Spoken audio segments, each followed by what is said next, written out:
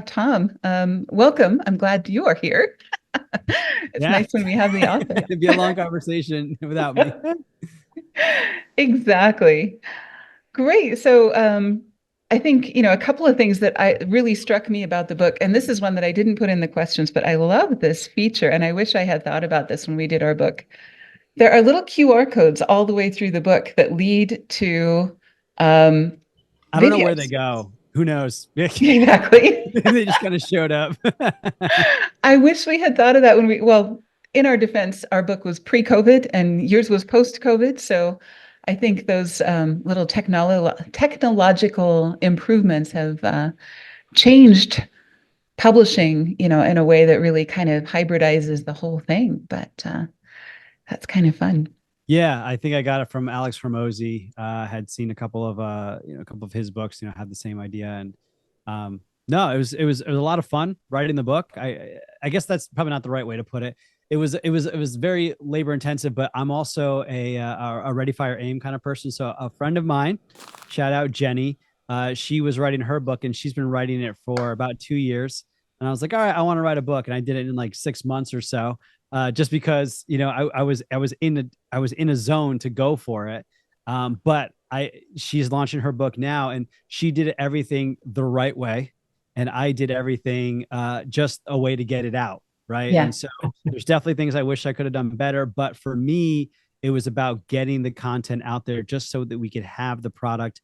I'm a ready, fire, aim person. We kind of will figure things out on the back end, but yeah, no, it was cool. We had a lot of content to draw from, and then it was just all funneling it down into a written format, which is not as easy for me than just hopping on the camera and being like, hey guys, what's up? Yeah, exactly. Right. And well, we're kind of on the topic of the actual writing of the book, and then we'll talk about the content in just a minute. But yeah, one of the things that I think makes it so much easier to produce a book is the fact that you are a content creator to start with. You've had a podcast, you've been a writer, you've done all of these things before, so you're not starting from scratch. You had quite a bank of material to draw from. Yes, exactly. And so it actually started off as a lead magnet, is how Mhm. the Ultimate Jet Guide started. It started off as a lead magnet that turned into 3 or 4 lead magnets. So I had the Ultimate Jet Guide for buyers, one for people who wanted a charter, one for people who wanted to sell their jet, one for people who wanted to invest in a jet. And so I had all of these, little PDFs that were 4 or 5 pages long themselves as a lead magnet that, just I was like, okay, we got to make a book out of it, basically. Exactly. And I love the repurposing of content because that really makes it that much more valuable. You've spent time, energy, money creating content. And then if you can repurpose it in as many ways as you can, I think a book is just a natural extension of Exactly. what you've already invested in. So, Yeah. Yeah. And the nice part about it was, with Amazon self-publishing, it was really a Word document mhm. that turned into, I had to learn how to like format my Word document with headings and stuff like that. But then it was an easy turn into the Kindle. And then from the Kindle, I think I ended up using InDesign at the very end, just Mm-hmm. for formatting of the book itself. But I could have just stopped at the Word, Microsoft Word level, and it would have worked. And so it really just cost me my time and energy. I didn't pay for a designer, because we just did it on Canva, Yeah. and we had some, again, repurposing content. We had photos of jets, and so we could use that as the cover. I had photos of myself already from the content, and so Yep. really it didn't cost anything, and it's there.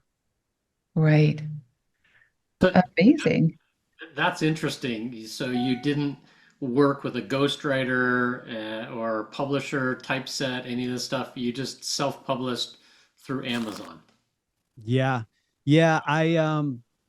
What I've found with aviation is whenever you try to bring in a marketing expert, I think this is why it's really important that, where Paula specializes in aviation, and ABC, it tailors to aviation professionals. What I have found is when I reach out to other marketing, professionals, is they try to make aviation what they think it is, and they're like, hey, it needs to be, your content needs to be more luxury. It needs to be more for views, and it needs to pull, they just have all these interesting ideas of what they think aviation is like. And so when I wrote the book, I specifically wrote it for the people that I was already talking to. I was talking to somebody today on Zoom, and we were just talking about how, there's some aviation content creators that are very polished. Shout out to Steve, right? Varsano with the jet business. And, he's got his office. That's a freaking jet, in his own showroom. Andrew Hopkinson's another great one with Hopkinson's Aero. I mean, their videos are just spot on. I've been seeing them on LinkedIn a lot lately. For me, it's like, hey, I'm at my desk, but I'm going to give you information that I think is going to be valuable for you. And so far, 3,000 subscribers on YouTube agree.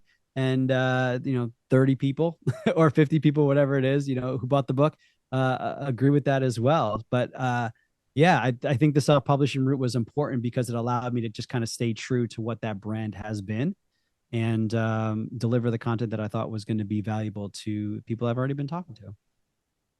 Fantastic. I don't want to dominate the conversation, but I have a million questions that I'd love to talk about. Yeah. One of them is the dedication and, kind of your lifestyle and how you fit this together. You've written a book. A lot of people find that very daunting.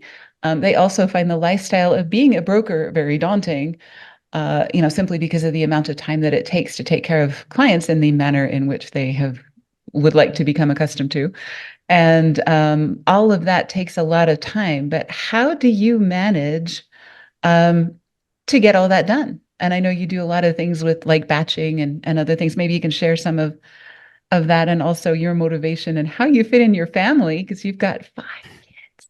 Yeah, 5 kids. Yeah. I guess there's a lot to that, with the dedication and stuff. Part of my motivation was I had recently left the brokerage I've been working at for 3 years. And I remember sitting in the car with my son when I was packing up my office, and I was, calling my boss to let him know that I was leaving. And, my son overheard my boss just being basically just not happy with my decision to leave.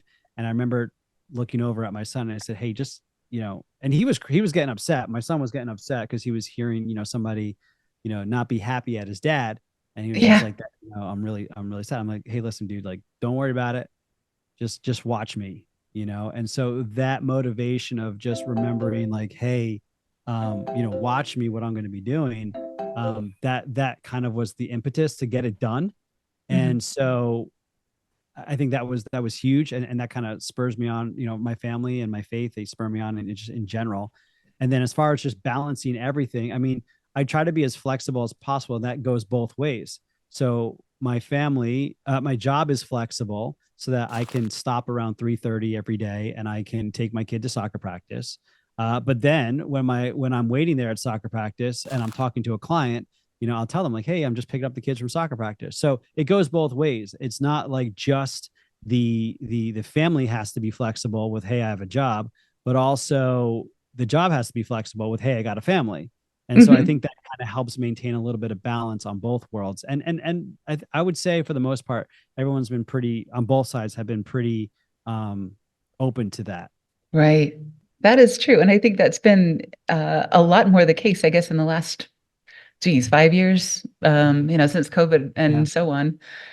People have become a lot more blended in their life, and a lot more tolerant and transparent about their life than they were before. Like my son's taking paternity leave now, which, is something that my father or, my ex-husband never would have had the opportunity to do 20 years ago. That's just it wasn't a thing. Nope. So Yep. the culture has changed, and I think people realize that people do have lives, and they want them to have lives. You want to work with somebody that is a human being in every sense of the word, too. Exactly. All right. Feel free to jump in if anybody else has any questions, because Yeah, otherwise for I'm sure. I'm going here for you guys. Like, I don't want to dominate the conversation either. And so if I can help, Right. I know Anna Marie's is a broker. So if there's any broker specific questions, I'm happy to answer them as well. It's funny. I wrote the book for buyers because I was getting a lot of questions from buyers, and these were clients of mine, and I wanted to track them. I wanted to show that I could be a trusted authority. I think that's an important one of the reasons you write a book is so that you're not just a trusted advisor, you become a trusted authority. Yeah. You're not just an order taker that somebody trusts, like, okay, yep, you want this. Um, but you become a trusted authority when you have a book. I literally wrote the book about selling and buying private jets. And Mm-hmm. so what's interesting is even though it was written for buyers, I now use it as a primer when people are wanting to become jet brokers and I'm training them how to become jet brokers. It's like, hey, read this book because it's going to give you an insight of how the transactions work. Why should people charter? Why should people buy a jet? What are the benefits? Should they invest in a jet by leasing it back to a charter company? And then, of course, there's also funny stories in there and horror stories as well to kind of give them an overview of what it's like to be a Yeah. jet broker. One thing I think that people, especially when they first get into the aviation industry, they have a little bit of discomfort about working with high net worth and ultra high net worth people. And I think, kind of the Robin Lynch lifestyle of the rich and famous, the whole um, people don't realize that that was written for the mass market. That was not written for high net worth and ultra high net worth people. They are not celebrity obsessed. They are not Right? into the gold-plated toilets. They are not into that sort of thing. Yeah. And I think your book and also Dan Kennedy's Marketing to the Affluent are really good at dispelling some of the myths about that. Maybe not yours necessarily as much because you're talking to them instead of talking about them. Yeah. It's But I written think the for that tone, market, but it's but a I think great the tone of example. the book and the Mhm. stories in the book kind of show that, like, hey, listen, like you're a person. Yeah. You want to get from point A to point B. You want your family to be safe. You want to make some money, maybe. Hmm. Like, let's have a conversation about that. And we don't have to get into I think a lot of information out there for so here's the thing. When it comes to buying a jet or buying a service or enlisting a service, whether you're selling the jet themselves or you're selling your services to the jets, insurance, marketing, financing, whatever it might be, people want to go get information. If I want to buy a car, I'm going to Google, I'm going to YouTube, and I just want to find out information. Yeah.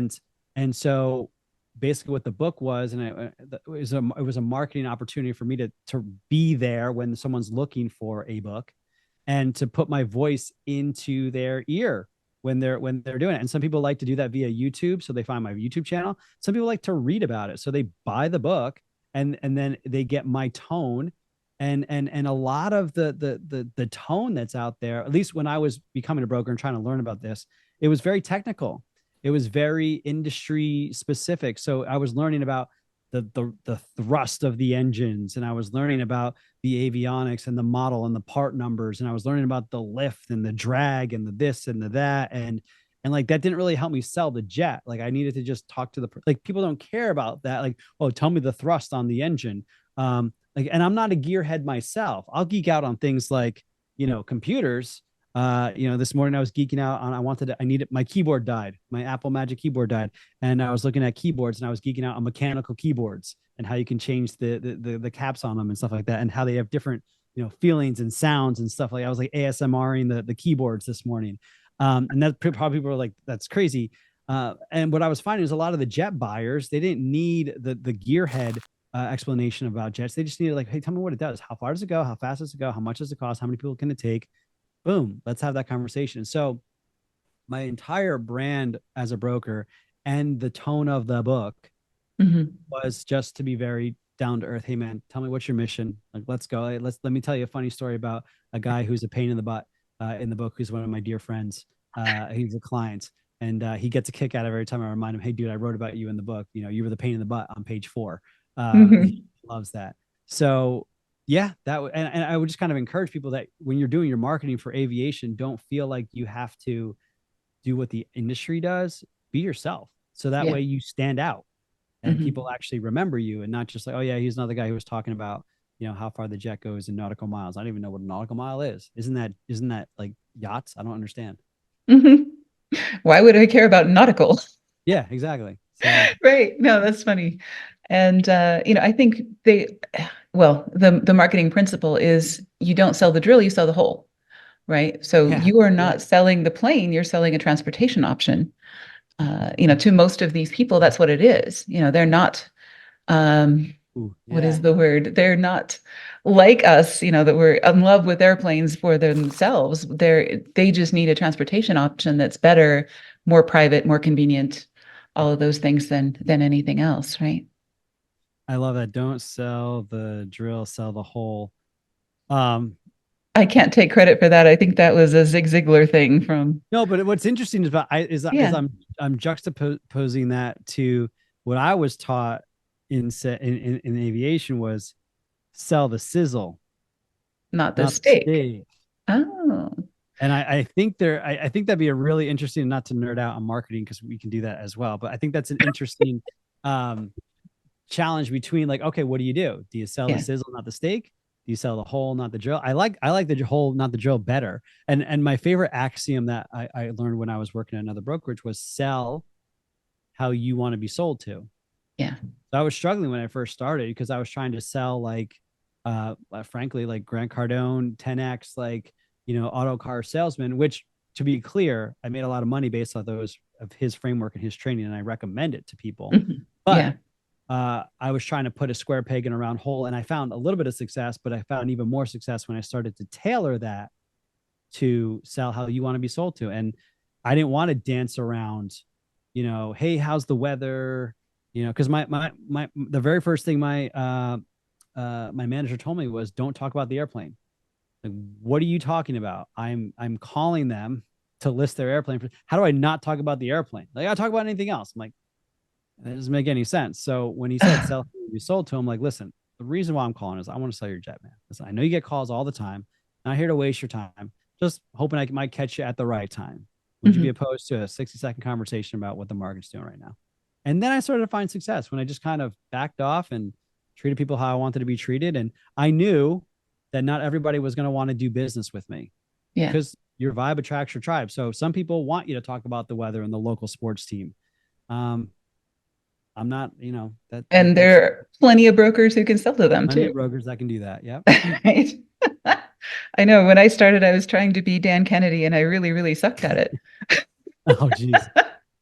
There's only one, and there's only one of you. So be yourself. Exactly. Exactly. So it is nice to have a mentor. It's great to have a somebody that you learn from and somebody that's been there and done that. But then you take what they teach you, you learn what works with your vibe, what doesn't work with your vibe. And it's just like the whole Buddhist mentality of, if it doesn't sound right, it's not for you at this time. So But I think yeah. what a lot of people forget about the ultra high net worth people, Mm. when the alarm goes off in the morning and they get out of bed, they put their pants on just like I do. I mean, there's no difference. Hmm. They made some money, okay, fine. But most of them that I've met like to be treated just like a normal Joe. Yep. Hmm. Yep. Right. And if you can do that, you can probably get on track with whatever you're trying to do with them. Yeah. Yep. So I have a quick question, if I may. The book is focused on, I guess, a buyer, but the buyer from the standpoint of a broker. I'm not a broker, I'm a manufacturer, or we are a future manufacturer. How would you tailor the things that are in the book? And I'm a former FBO owner, so I do understand the sales process. Um, but how would you tailor it looking at it from the standpoint of a manufacturer selling a Citation or a Gulfstream or something else, as opposed to the broker, which is, you've got, an aircraft that you're trying to turn over.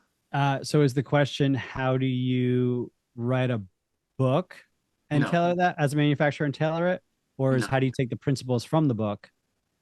I'm looking for your insights from your experience. And if you were to go to Cessna Sure. or if we were to hire you and say, we need someone to go out and sell our aircraft, how would you tailor the principles in the book to a manufacturer? So if you were to, yeah, if someone was to hire me to sell an aircraft and it was a manufacturer, um, and I hope I can answer the question appropriately, but I guess from a marketing perspective, I would do pretty much the same thing I'm doing now with our business and brand, and that's a concept of omnipresence. So I'm creating as much content as possible. Um, that may not be by the aircraft, but it's all stuff that's surrounding that concept. So I'm looking at who are our target buyers and how can I provide value to them. It's like a Gary Vaynerchuk, jab, jab, jab, right hook. His new book, Day Trading Attention. How do I get someone who's going to buy, an aircraft? How do I get their attention? Well, first they're starting at the top of the funnel. It's like, well, which one do I get? And so I'm doing a comparison on, do you want a light jet, a mid-sized jet, a heavy jet? Obviously, and if it's being brought to you by, a manufacturer. So if I'm working with Textron and I'm hawking the CJ4 Gen 2s, I might say, the benefits of the light jets versus the mids and the heavies. At the same time, I would compare the CJ4 Gen 2 with other, single pilot light jets, like the Premier or the Honda jets. So I'm creating content that I think the buyer is going to be asking. Am I on the right track? Because I have more and I'll keep going, but am I on the right track in answering your question? Yeah, I'm just curious how you would approach it, and so Yeah. far it makes a lot of sense. I'm just curious. Yeah, for me, it's about content marketing. And so I was actually just listening to a YouTube video today. I was talking about, what they did was they went into all their recorded sales calls and they listened to all the questions that people were asking and they wrote them out and they put little tally marks and they found out the most frequently asked questions. So how much does it cost? How far does it go? How many people does it seat? All that kind of stuff. They tallied it up, and then their pitch and their content was basically answering those questions. And that's how I started my YouTube channel, 3 years ago. It was because people were asking me questions as a broker.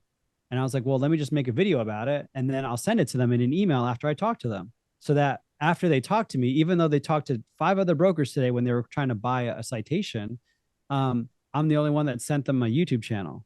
Yeah. And I'm the only one that sent them a YouTube channel that actually answered the specific question that they had, where I couldn't go into in depth, like how you should do a pre-buy on the phone, but I could send them a video that says, here's how you do a pre-buy. And it's 20 minutes long and they watch it.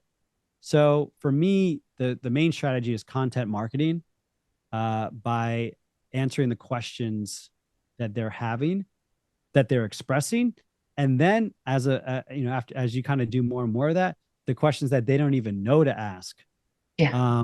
The problem with the questions that they don't even know to ask is that they're not going to find you right via Google or YouTube because those are search engines. So you have to know what you're searching for. So that's kind of my biggest Achilles heel, and yours probably as well, and all of ours in aviation, is that sometimes people don't know what to ask.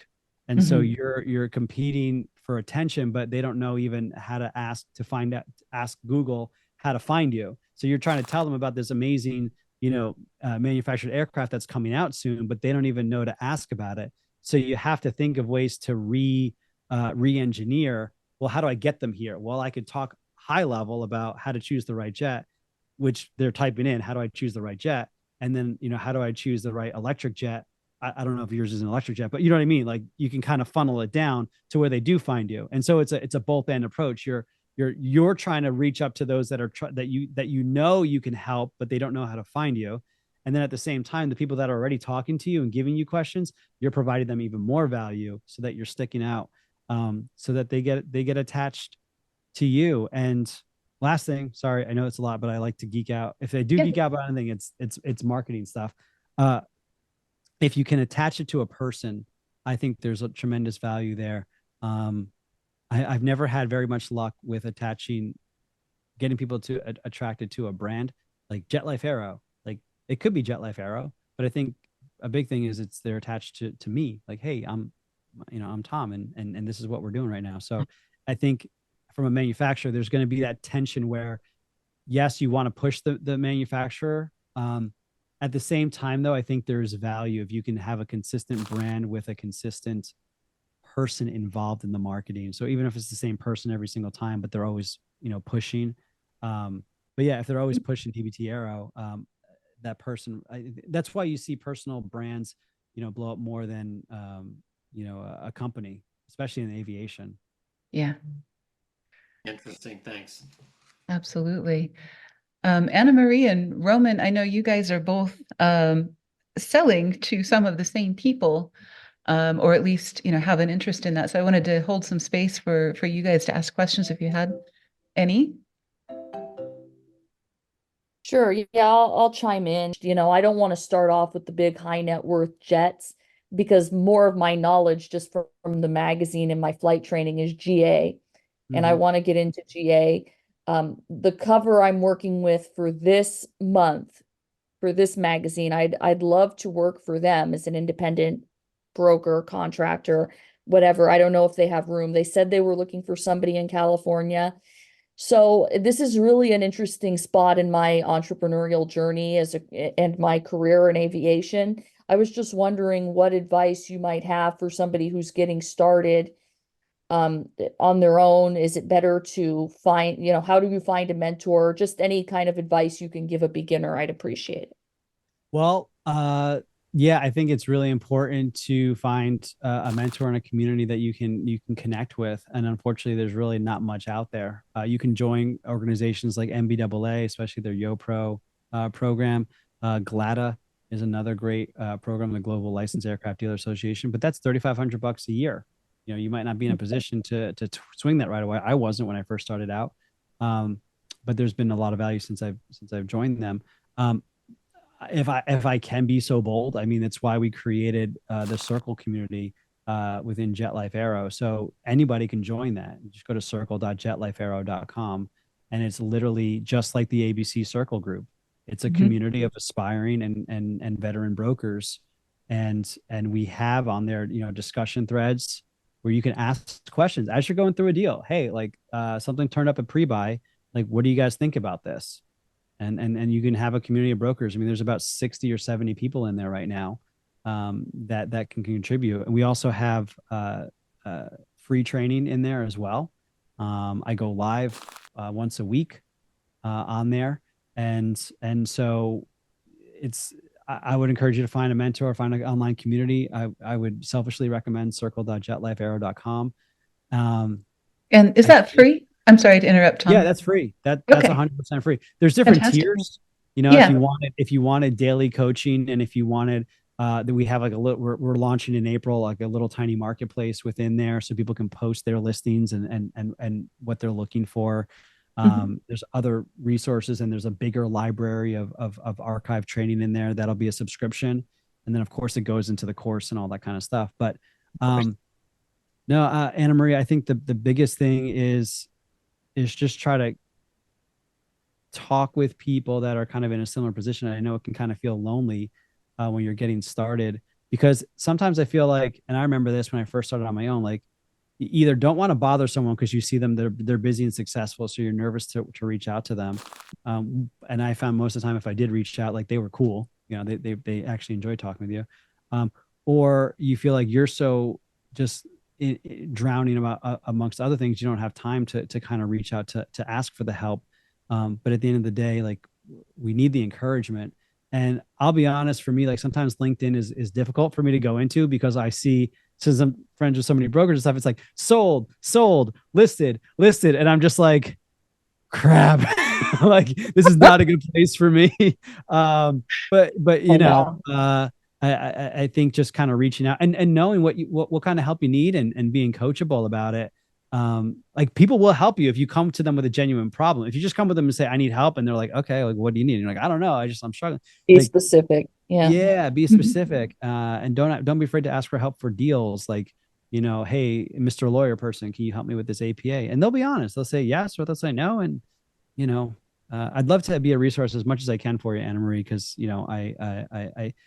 the reason I started Jet Life Aero, there's two pieces of it. There's the community and there's the brokerage. Is because when I first got it started, there was nothing, Mm. absolutely nothing to learn, especially if you Yeah. wanted something for free, and especially if you wanted something that had like real world, like this is how deals work, this is how being a broker is like. And so I'm just really passionate about paying that forward in the community for free. I think aviation changed my life. I want to help change other people's lives, and I would never stand in their way.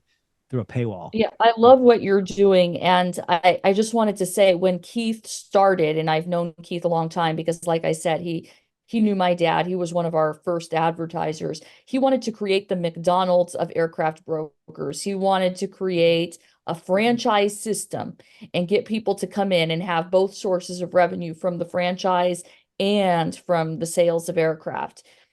Unfortunately, he got old, he got sick, he went into a care home. I think you could really fill his place in the industry and give people the guidance that they need and that they are seeking in this really awesome line of work. It's really Yeah. fun.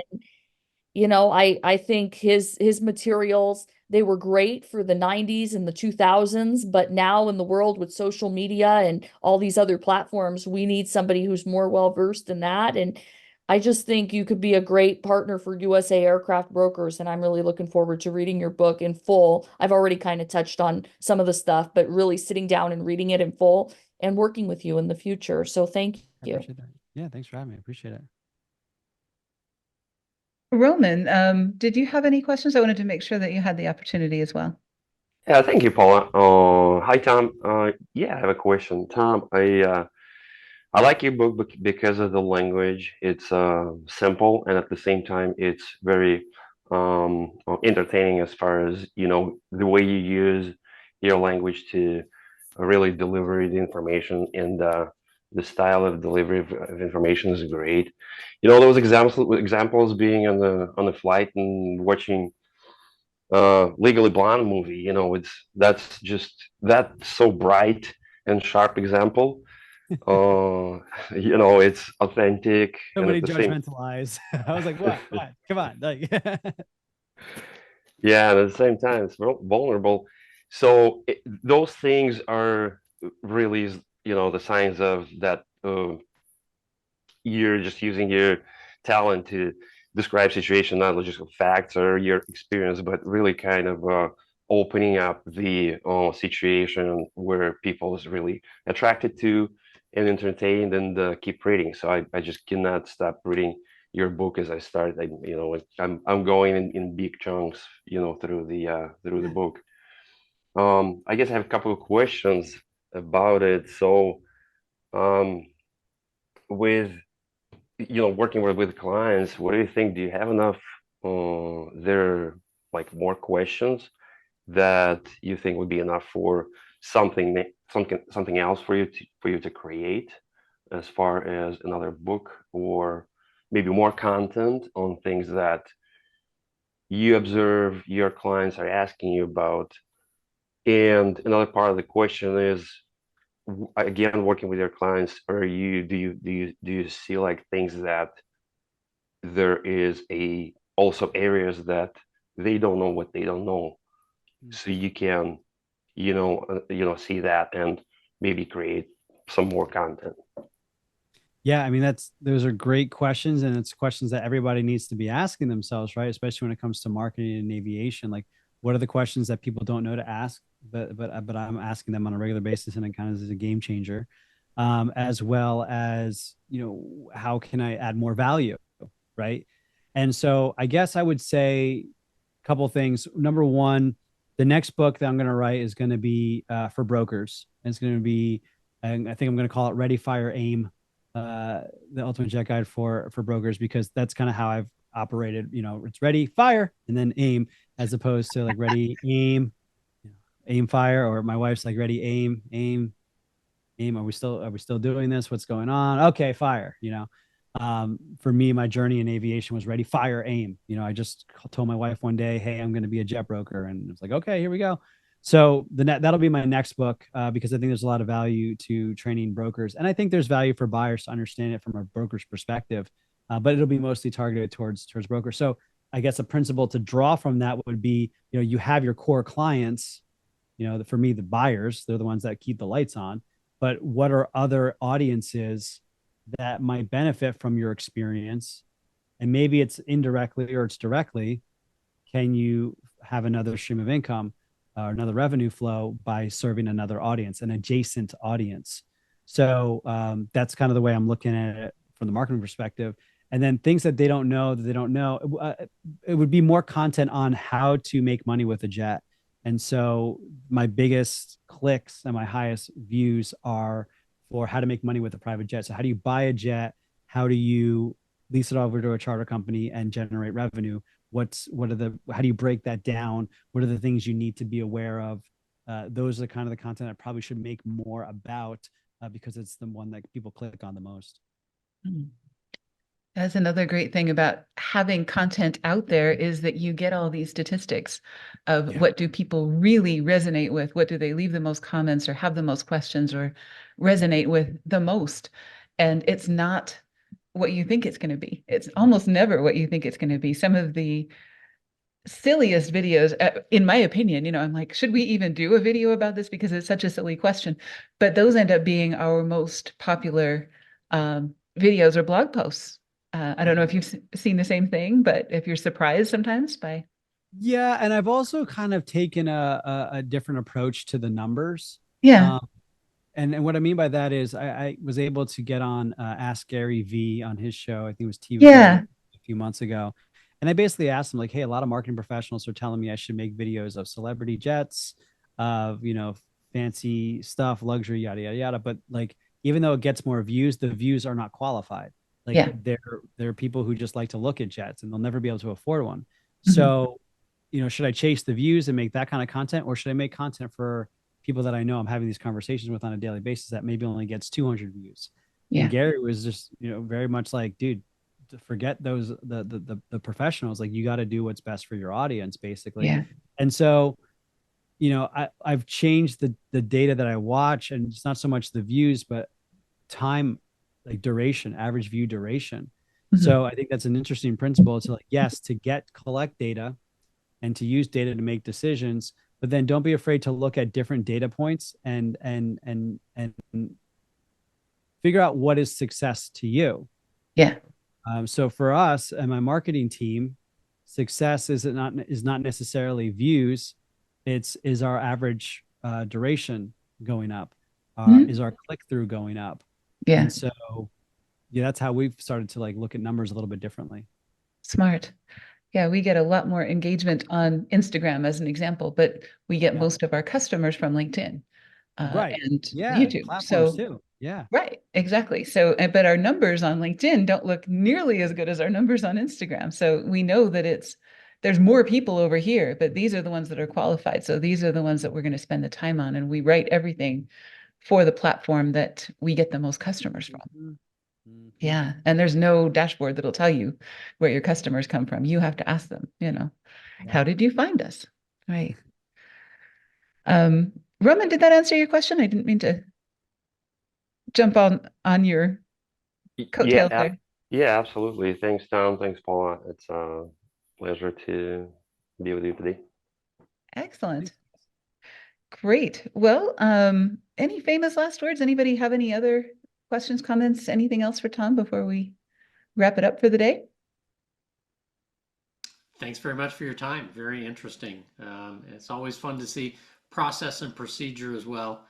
As a former FBO owner, I wish I had had your book before I bought the FBO. But anyways, The things we wish we knew earlier. Yep. Right. And that's another reason I love books is because, there's no substitute for experience except somebody else's experience, and this is one of the best ways to get it is to read about it and, get what you want when you want it. So, thank you so much, Tom, for hanging with us today and for answering all of our nosy questions. And really look forward to, of course, the aviation industry is a small world, so we'll be seeing that. And again, people can find you by, through your Circle channel, of course, circle.jetlifeaero. Is that Yep. right? .com? Okay. Yep. And any other places that you want to send people or that they should get in touch with you? Yeah, that's a great place. Circle's a great place to go. You'll find me my name, Tom Lelio, Lelyo, pretty much on all social media channels. And if you want to pick up a copy of the book, go to theultimatejetguide.com. You can download a free sample there, or just go ahead and buy the book. It's $9.99. So Mm-hmm. It's on Amazon or Yeah, you have a copy if you're in our marketing lab. So we're really happy that you were able to come and talk with us live and in person. So